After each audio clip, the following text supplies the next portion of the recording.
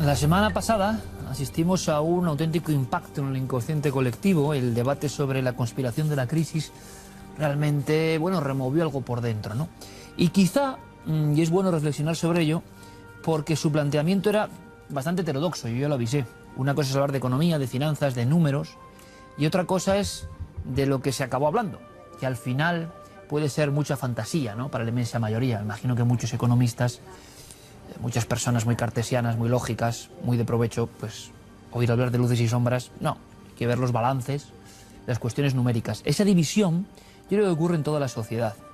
Hubo un gran impacto, yo me alegro, porque creo que no es un tema sencillo, y sin embargo ustedes, pues de una forma excepcional nos hicieron saber que estaban ahí, ¿no? Y se habló de cosas importantes, que como digo, solo algunos locos, pero cada vez somos más locos, podemos apreciar. Y es que, evidentemente, vivimos en una crisis económica tremenda, ¿no? Eso no hay que añadir ningún dato más, ¿no? Es evidente. Pero da la sensación, y aquí me puedo estar patinando como suelo hacer muchas veces, y es una opinión absolutamente personal, intransferible, es lo que yo pienso, y para eso están estos minutos, la suerte que uno tiene, da la impresión de que la crisis no es solo económica. Y yo estoy seguro que ahora algunas personas que evidentemente solo miran los balances, los datos, o que lo están pasando muy mal, dicen, oye, ¿tú qué estás diciendo? ¿Tú qué estás diciendo, no? El problema es el de no llegar a fin de mes. Ese es el problema, que igual tú no tienes. Yo lo entiendo y quiero que me entiendan a dónde voy. El sistema en el que nos hemos metido, que yo creo que es el más positivo, o el más lógico, o el que por propio código de evolución ha sobrevivido, nos ha llevado, por atiborración, por adocenamiento, a un estado como de letargo. Durante mucho tiempo nos han estado indicando que el estado del bienestar y que el anhelo de tener determinadas cosas, determinadas metas en la vida era lo único que importaba. Yo sé que esto suena un poco a filosófico extraño, pero es lo que pienso. Y desde hace un tiempo, quizás siempre ha sido así, no lo sé, pero desde hace un tiempo no hemos detectado que hay otras crisis también. Una crisis, por ejemplo, de inquietudes. El término es muy interesante. Inquietud sirve para tener inquietud por algo, un cierto miedo, una cierta precaución, pero ustedes saben bien que inquietudes significa algo parecido a enorme pasión por la curiosidad, tener inquietudes, tener como una especie de vacío dentro que uno no sabe muy bien cómo llenar. Y nos han obligado, nos han hecho creer que el vacío que todo ser humano lleva dentro, porque el ser humano no sabe quién es, ni qué hace aquí en el fondo, y en cierto momento, por mucho que uno sea un burro, se acaba preguntando quién es y qué hace aquí.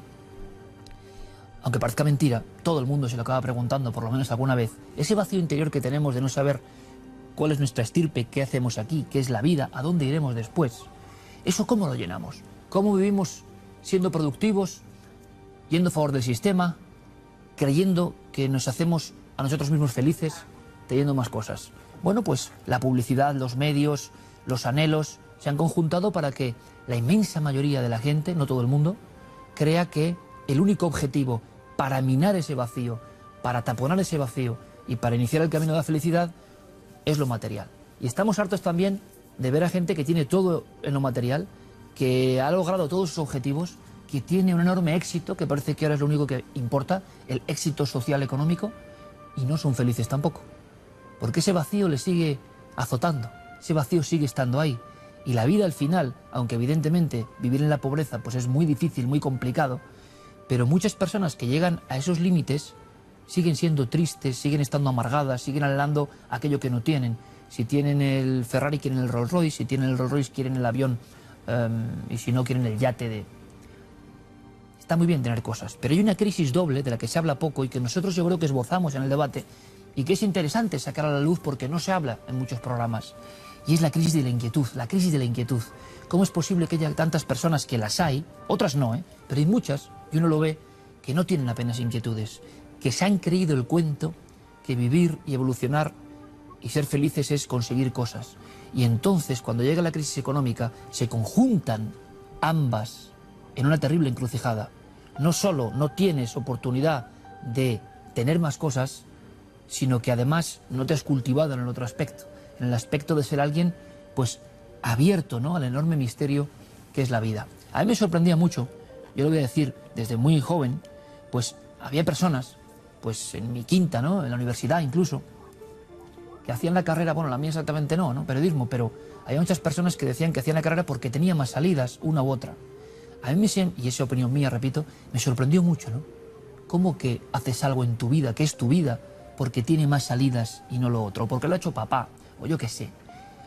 Eso implica, en el fondo, un código muy profundo de que tú tienes que adaptarte al sistema, que el sistema te dará su oportunidad si quiere, y que tú tendrás que, al margen de lo que a ti te haga feliz o te entusiasme, acomodarte a las migajas que te puede dar el sistema con sus salidas.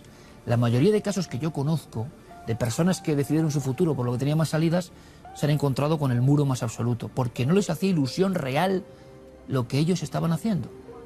Y porque todo el mundo les comió la cabeza desilusionándoles de que eso otro era muy difícil. Esa crisis de la inquietud también existe, y yo lo observo. Hay muchas personas en esa deriva de lo importante es, no sé, el coche, la casa, que evidentemente es importante, pero con más medios que nunca, siempre lo digo, con una herramienta prodigiosa hoy como es Internet, que siempre lo digo también, tiene su lado oscuro y su lado luminoso, con más posibilidades de llenar nuestro vacío, de preguntarnos cosas, de entusiasmarnos, porque solo la reflexión, la pregunta, es el camino hacia esa inquietud permanente y hacia esa visión de la vida. Pues no, parece que seguimos por la ruta de solo querer lo material. Y cuando lo material falla, aparece la sombra tremenda de esa crisis de inquietud, de esa crisis de ilusión, de esa crisis de entusiasmo que también tenemos. Cuando uno tiene entusiasmo, ilusión, fascinación por las cosas y se encuentra con alguien, me da igual que sea de su familia, me da igual que sea lo más cercano que él tiene, y no tiene inquietudes ni ilusión, el contraste es como de electricidad estática. A uno da la impresión de que pertenece a galaxias diferentes. No diré cuál es la buena y cuál es la mala, pero desde luego, ¿de qué depende la inquietud? ¿De qué depende que alguien desde niño tenga fantasías, quiera ser astronauta, quiera ser pintor, quiera ser una chica que danza, quieran ser cosas que no parecen muy de provecho? ¿En qué momento nos lavan el cerebro para solo indicarnos que el provecho es lo que vale?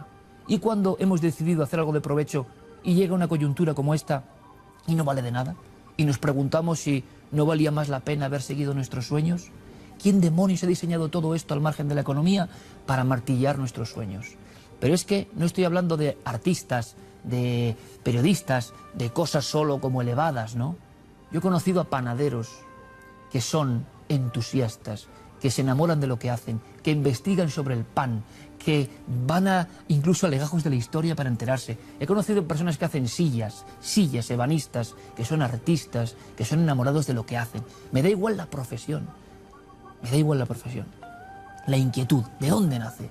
¿Por qué surge? ¿Por qué se nos borra? ¿Por qué continúa a veces? ¿De qué depende? No me digan si no es un misterio enorme.